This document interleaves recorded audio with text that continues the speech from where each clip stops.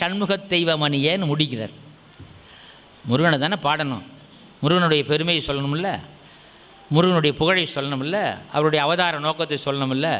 ஆனால் முருகனை சொல்ல வந்தவர் என்ன சொல்கிறாருன்னு பார்த்தா, ஆரம்பிக்கிற போதே ஒருமைன்னு ஆரம்பிக்கிறார். ஒருமையுடன், அது இறைவனுடைய திருவடியாக கூட இருக்கட்டும். ஒருமை மனசில் என்ன வரணும்? ஒப்புமை வரணும், பொதுமை வரணும், ஒருமை வரணும். எல்லா உயிரையும் தம் உயிர் போல் நினைக்கணும். ஒருமையுடன் எனது திரு மலரடி நினைக்கின்ற, இப்படி நினைச்சினா நீ என்ன ஆவ? உத்தமர்தம் உறவு வேண்டும். அப்போ உத்தமன் ஆகுக ஓங்குக அகவல்ல சொல்கிறார்.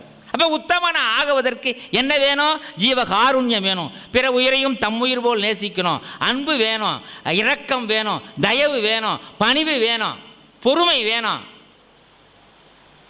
இதெல்லாம் இருக்கணும் இல்லை? முருகனை பாட வந்து ஏன் சொல்கிறாருன்னா, நான் முருகனை பாடினேன், அது கேட்கணும் உங்களுக்கு பதில் சொல்லியிருக்கேன். முருகன் ஜோதி வடிவமானவன், பிழம்பதோர் மேனியாகி கருணை கூர் முகங்களாரும் கரங்கள் 12 கொண்டு அங்கே ஒரு திரு முருகன் வந்து அங்கு உதித்தன்னு பின்னாடி சொல்லும்போது அவர் முதல்ல அந்த பாட்டில் நடுநாயகமாக வைக்கிறது, அருவமும் உருவமாகி அனாதியாய் பலவாய் ஒன்றாய் பிரம்மமாய். இந்த பாட்டு நடுப்பகுதி பாரு, நின்ற ஜோதி. அது என்ன உடம்புலன்னா பிழம்பது ஓர் மேனியாகி, நெருப்பு பிழம்பு தான் என் மேனி முருகன். அதனால் இந்த நெருப்பு பிழம்பாக இருக்கிற முருகனை, ஜோதி வடிவமாக இருக்கிற முருகனை சொல்லுகிற நேரத்தில் உத்தமனை பற்றி பேசுகிறார். உள்ளொன்று வைத்து புறமொன்று பேசாதிருக்க வேண்டும் என்று சொல்லுகிறார். பொய்மையை பேசாதிருக்க வேண்டும் என்று சொல்கிறார். என்ன பிடிக்கக்கூடாத எது பிடிக்கணும், மதமான பேய் பிடியாதிருக்க வேண்டும் என்று சொல்லுகிறார். ஆக மனிதனுக்கு எதையெல்லாம் விலக்கலோ அதையெல்லாம் விலக்கி, எதையெல்லாம் சேர்த்துக்கிட்டோமோ அதெல்லாம் சேர்த்துக்கிறோன்னு சொல்லிட்டு ஒரு முருகனுடைய சோதி வடிவமாக இருக்கிறவனை நமக்கு பின்னால் சோதியே 6ஆம் திருமுறையிலே சோதியே இறைவன் என்பதை காட்டு வைப்பதற்காக காப்பியம் செய்பவர்களுடைய, காப்பிய ஆசிரியர்களுடைய உத்தி அது. வள்ளலார் சாராம் எந்த இலக்கணம் கேட்டாங்க? வள்ளலார் ஒரு பாட்டு எடுங்க, எல்லாம் இலக்கணம். அணி இருக்கும், சீர் இருக்கும், எதுக்கு இருக்கும், மோனை இருக்கும், தேமா இருக்கும், புளிமா இருக்கும், எல்லாம் இருக்கும். எந்த பல்கலைக்கழகத்தில் படித்தார்? அவரே சொல்கிறார், ஓதாது ஓதாது உற்ற கலை அனைத்தும் உணர்ந்தோய் வருக. அண்ணன் சபாபதி பிள்ளை சொற்பொழிவு, சபாபதி பிள்ளை சொற்பொழிவுன்னா அப்படியே அந்த பக்கம் நிறைய சிதம்பரத்தில் பக்கத்தில், மருதூர் பக்கத்தில் சபாபதி பிள்ளை சொற்பொழிவுனா நிறைய பேர், எல்லாம் கூட்டம், அவ்வளோ கூட்டம் இருக்கும். உடம்பு சரியில்லை போச்சு சபாபதிக்கு. அவர் ராமலிங்கம் தனப்பு போகிறேன்னு சொன்ன உடனே அந்த சபையில் இருக்கிறவங்களாம் கேட்கல. அஜுஜு ராமலிங்கம் வேணாம், அவர் சின்ன குழந்தை, அவருக்கு என்ன தெரிய போகுது 9 வயசில், அவர் என்ன பண்ண போகிறார்? சரி வேறு வழியில், சரி ராமலிங்கம் தான் போட்டதுன்னு சொல்லி ராமலிங்கத்தை அனுப்பிச்சாங்க. ராமலிங்கத்தை அனுப்பிச்சி உலகெல்லாம் உணர்ந்து ஓதுதற்கரியவன் பெரிய புராணத்தில் ஒரு பாட்டை சொன்னார். ஒரு வரி ஐயா, நான் சொல்லலை, வையாபுரி பிள்ளை ஆராய்ச்சி பண்ணியிருக்கிறாங்க திருவருப்பார் அந்த இதை வள்ளலாருடைய வரலாற்றினை. நாம் வெங்கடசாமி நாட்டார் ஆராய்ச்சி சொல்கிறாங்க, உலகெல்லாம் உணர்ந்து ஓதுதற்கு அறியவன் அப்படின்னு ஒரு வரி வச்சுக்கிட்டு ஒரு வாரமாக பேசுகிறாராம் சார். அந்த பொருள் இன்னும் முடியலையாம். சரி நல்ல குணமாயி சபாபதி பிள்ளை நாளைக்கு வேணாம் சபாபதி பிள்ளையே வேணாம், எங்களுக்கு வள்ளலார் எல்லா ஜனமும் விண்ணப்பம் கொடுக்குறாங்க. என்னையா போதுமே. அப்போ தன் தம்பி ராமலிங்கம் சொற்பொழியை மறைஞ்சிருந்து கேட்குறாராம் சபாபதி. ஆஹா, அப்போ அதை வச்சு தான் எழுதுனாங்க, ஓதாது உற்றகலை அனைத்தும் உணர்ந்தோய் வருக. இப்படிப்பட்ட செழுமையான அருட்பா நெறியை நம்ம மனசில் பதிவைக்கணும். அதுக்கு ஒரு பக்குவம் தேவை. அதுக்கு வள்ளலார் ஒரு பாட்டு சொல்லியிருக்கார் பாருங்க. நமக்கு வாயில், இந்த நாக்கில், இந்த நிணர் நீரில் கசப்பு தெரியும், துவர்ப்பு தெரியும், கரிப்பு தெரியும், இனிப்பு தெரியும். நம்ம எதை அதிகமாக விரும்புவோம்? என்ன விரும்புவோம் ஐயா சொல்லுங்கள்? நான் இனிப்பு. பாருங்கள், இனிப்பு சுவை நிறைய செய்யும். அந்த இனிப்பை கொண்டே விளையாடி இருக்கார் வள்ளலார். இந்த இனிப்பை சொல்லியே பக்குவம் வேணும்னு சொல்லியிருக்காரு. தனித்தனி முக்கணி பிழிந்து வடித்து ஒன்றாய் கூட்டி சர்க்கரையும் கற்கண்டின் பொடியும் மிக கலந்தே தனித்தனரும் தேன் பெய்து பசும்பாலும் தெங்கின் தனிப்பாலும் சேர்த்து ஒரு தீம் பருப்பிடியும் விரவி இனித்தனருணை அலைந்தே இளஞ்சூட்டி நிறைக்கு எடுத்த சுவை கட்டியினும் இனித்திடும் தெள்ளமுதே அனித்தமர திருப்பொதுவில் விளங்கு நடத்து அரசே உன் சொல்லணியாம அலங்கல்ல அணிந்து அருளேன்னு ஒரு பாட்டில் சொல்றார். இதில் என்ன அர்த்தம்? இந்த பாட்டு ரொம்ப எளிமையான பாட்டு. தனித்தனி முக்கணி பிழிஞ்சு சாப்பிட்டோம் அப்படி இல்லை, வடிக்கணுன்றார் பாருங்க. தனித்தனி முக்கணி பிழிந்து அந்த சாட்டை பிழிஞ்சு வச்சுட்டா அது வடிக்கணுன்றார். என்ன காரணம்? மனிதனுடைய உள்ளத்தில் பிறந்த பிறகு நல்ல எல்லாமே ஆட்கொள்ளும். அதை வடிக்கணும். அதை வடிக்கணும்னா திப்பியை மேலே நிறுத்தணும். மனிதனுடைய மனத்தை வடிக்கிற போது திப்பியை மேலே நிற்கணும், கோபம் நிற்கணும், பொறாமை நிற்கணும், பேராசை நிற்கணும், கடிஞ்சொல் நிற்கணும், இதெல்லாம் நின்றுணும். அப்போ என்ன வடித்தா என்ன வரும்? சுத்தமானது வரும். என்ன வரும்? அன்பு வரும், அருள் வரும், அடக்கம் வரும், இரக்கம் வரும், தயவு வரும். தனித்தனி முக்கணி பிழிந்து வடித்து ஒன்றாய் கூட்டி ஒரு சமையல் பண்ணுறாரு. ஒரு ஒரு லட்டு பிடிக்க போகிறார். லட்டு பிடிக்கிறதுக்கு சர்க்கரை போட்டார். ஏன் கற்கண்டு போடணும்? சர்க்கரை இனிப்பு, கற்கண்டுடைய துகள் தானே சர்க்கரை, அப்படி தானே ஐயா? உங்களுக்கு இல்லை தெரிய. சர்க்கரை போடணும். கற்கண்டின் பொடியும் எவ்வளோ கலக்கணுமா? மிக கலந்தே தனித்தனி முக்கணி பிழிந்து வடித்து ஒன்றாய் கூட்டி சர்க்கரையும் கற்கண்டின் பொடியும் மிக கலந்தே. அடுத்து பாருங்க. தனித்த நரும் தேன் பெய்து. தேனை எப்படி ஊற்றணுமா? பெய்யணும். நல்லா சாப்பிடுங்க. பசும்பாலும் அதில் கொஞ்சம் பசும்பால் ஊற்றுறோம். இன்னொரு பால், பசும்பால் பத்தாதா? தெங்கின் தனிப்பாலும், தேங்காய் பால், தெங்கின் தனிப்பாலும். அதோடு இல்லை, இனித்த நறு, இனிமையாக இருக்கிற நறுமணம் பொருந்திய நெய் எப்படி தெரியுமா? ஒன்றும் ஊற்றக்கூடாது, பொழியக்கூடாது, அப்படி அலையணும். இந்த பக்குவம்லாம் எங்கேயா தெரியுது ஐயாவுக்கு? எங்கே படித்தார்னு தெரியலையா? தனித்தனி முக்கணி பிழிந்து வடித்து ஒன்றாய் கூட்டி சர்க்கரையும் கற்கண்டின் பொடியும் மிக கலந்தே தனித்தனரும் தேன் பெய்து பசும்பாலும் தெங்கின் தனிப்பாலும் சேர்த்து ஒரு தீம் பருப்பு பொடி போடணும். இனித்தனரு நெய் அலைந்தே. இவ்வளவும் போட்டாச்சு. அடுக்கலையில் ஒரு பாத்திரத்தில் இவ்வளவும் போட்டாகி போச்சு. அந்த தீயிட்டு வச்சுன்னு இருக்கிறோம். இப்படி தீயிட்டு இவ்வளவும் போட்டுட்டு பிற்பாடு இனித்தனரு நெய் அலைந்தே. இந்த வரி ரொம்ப முக்கியம். இளஞ்சூட்டின் இறக்கி. அந்த இளஞ்சூடு என்ற வார்த்தையை தான் இந்த பாட்டினுடைய முழு பொருளும் அடங்கியிருக்கு. எப்படி இறக்கணும்? இளஞ்சூட்டில் இறக்கி. அப்படி ஆரம்பத்தில் இறக்கக்கூடாது, ரொம்ப சூடாக்கிய பிறகு இறக்கக்கூடாது. பக்குவமாக இளஞ்சூட்டின் இறக்கி அப்படி ஒரு பிடி பிடிஞ்சு லட்டு மாதிரி செய்து எடுத்த இனிய சுவை கட்டியினும்.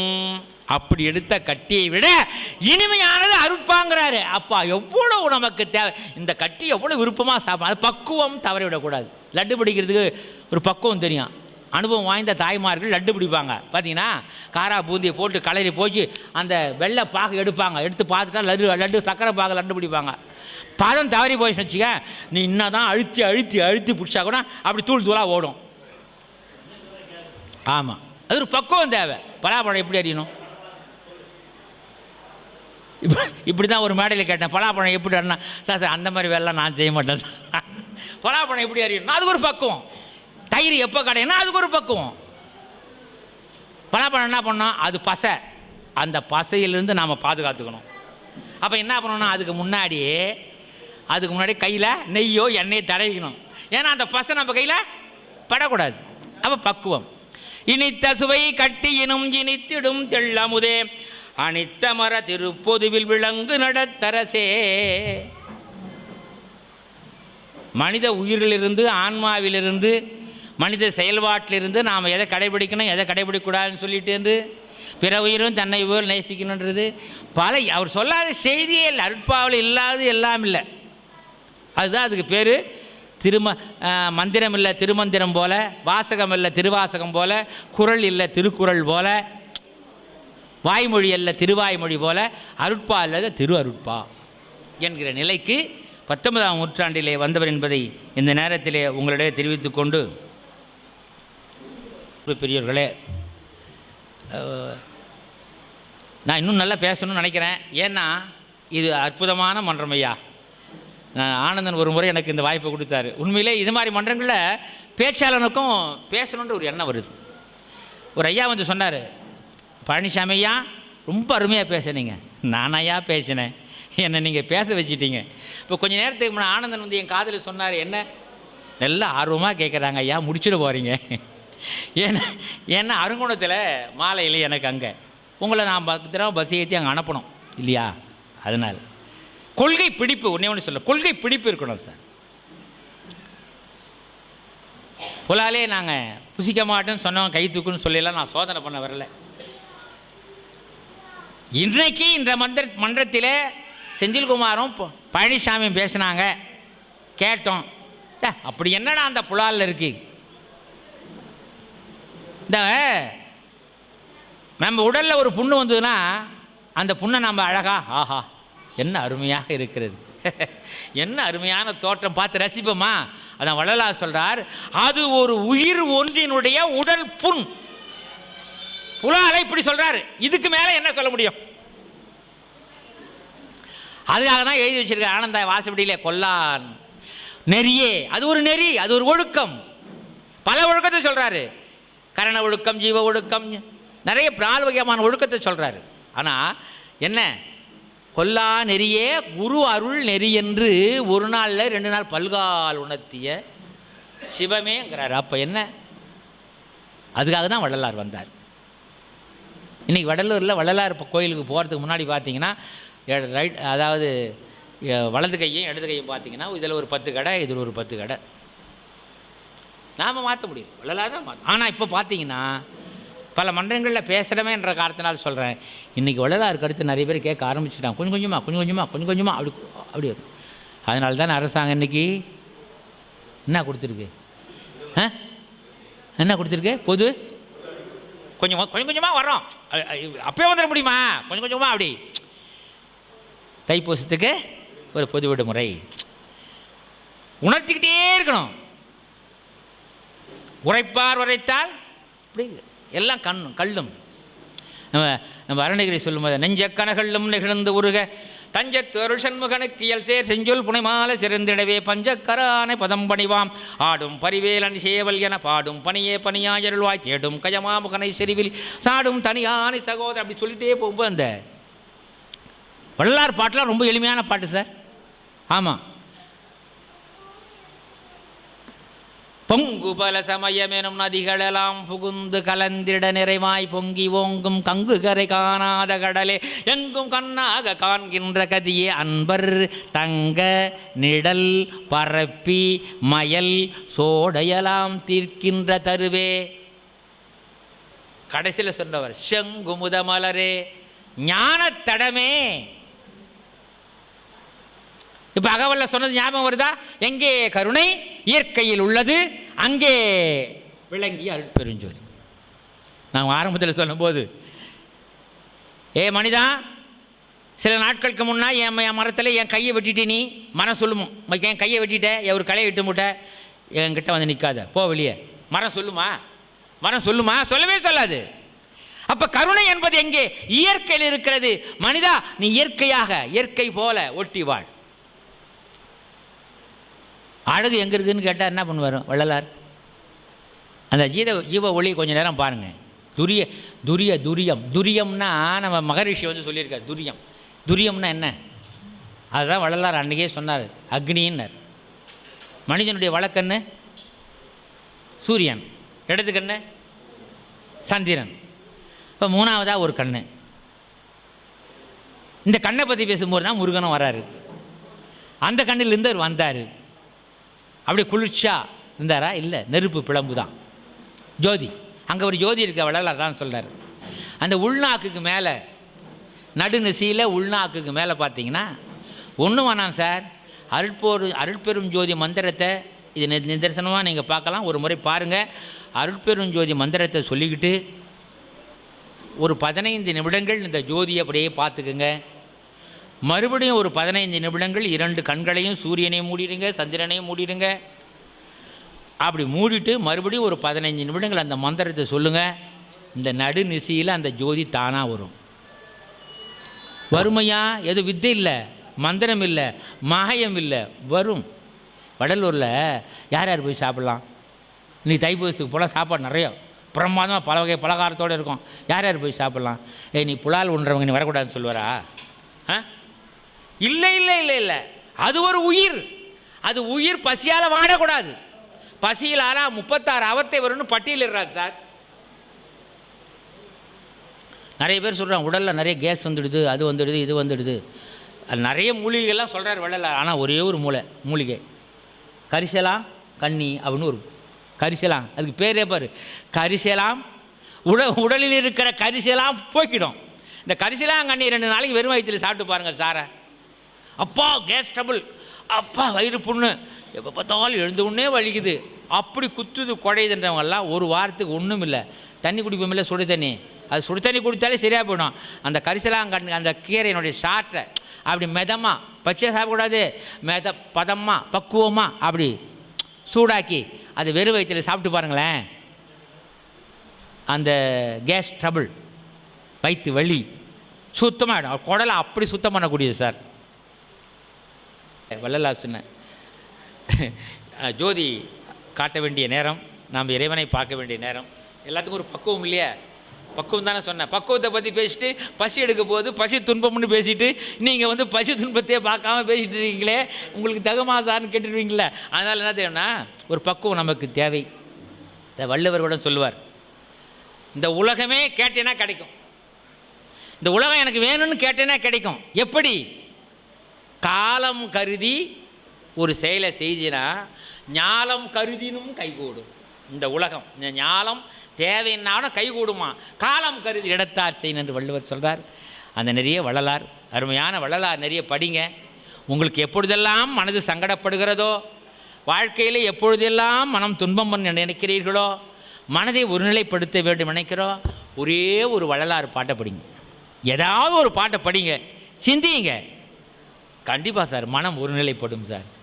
என்று வருமோ நாளைக்கே வருமோ மற்ற என்று வருமோ அறியேன் என் கோவே, துன்றுமல வெம்மாய் வெளிக்கிடந்து சும்மா இருக்கும் சுகம். சும்மா இருப்பதிலே கூட ஒரு சுகம், ஒரு அமைதி. மனதை ஒருநிலைப்படுத்துங்கள் தயவுசெய்து. உங்களை எல்லாம் இந்த மன்றத்தில், அருளாளர்கள் இருக்கிற இந்த மன்றத்தில் ஒன்றை கேட்டுக்கொள்கிறேன். எந்த நேரத்தும் எக்காலத்தும் எவ்விடத்தும் எப்பொழுதும் கோபம் இல்லாத நெறியை நீங்கள் இறைவனிடத்தில் இன்றைக்கு வேண்டிக் கொள்ளுங்கள் என்று உங்களுடைய பாதம் பணிந்து அன்போடு கேட்டுக்கொள்கிறேன் என்று இந்த அளவில் வாய்ப்பை ஆனந்தன் ஐயா அவர்களும் இந்த அவையிலே இருக்கிற அனைத்து ஆண்டோர் பெருமக்களும், ஏதோ எனக்கு தெரியும் என்று இந்த இடத்திலே நான் பேச விழையவில்லை, எல்லாம் தெரியும், எல்லாம் தெரிந்தவர்கள் கூட மறந்திருந்தால் நினைவுபடுத்துவனாகத்தான் நான் இருக்கிறேன் என்று இந்த நேரத்திலே கரம் குப்பி வணங்கி நிறைவு செய்கிறேன்.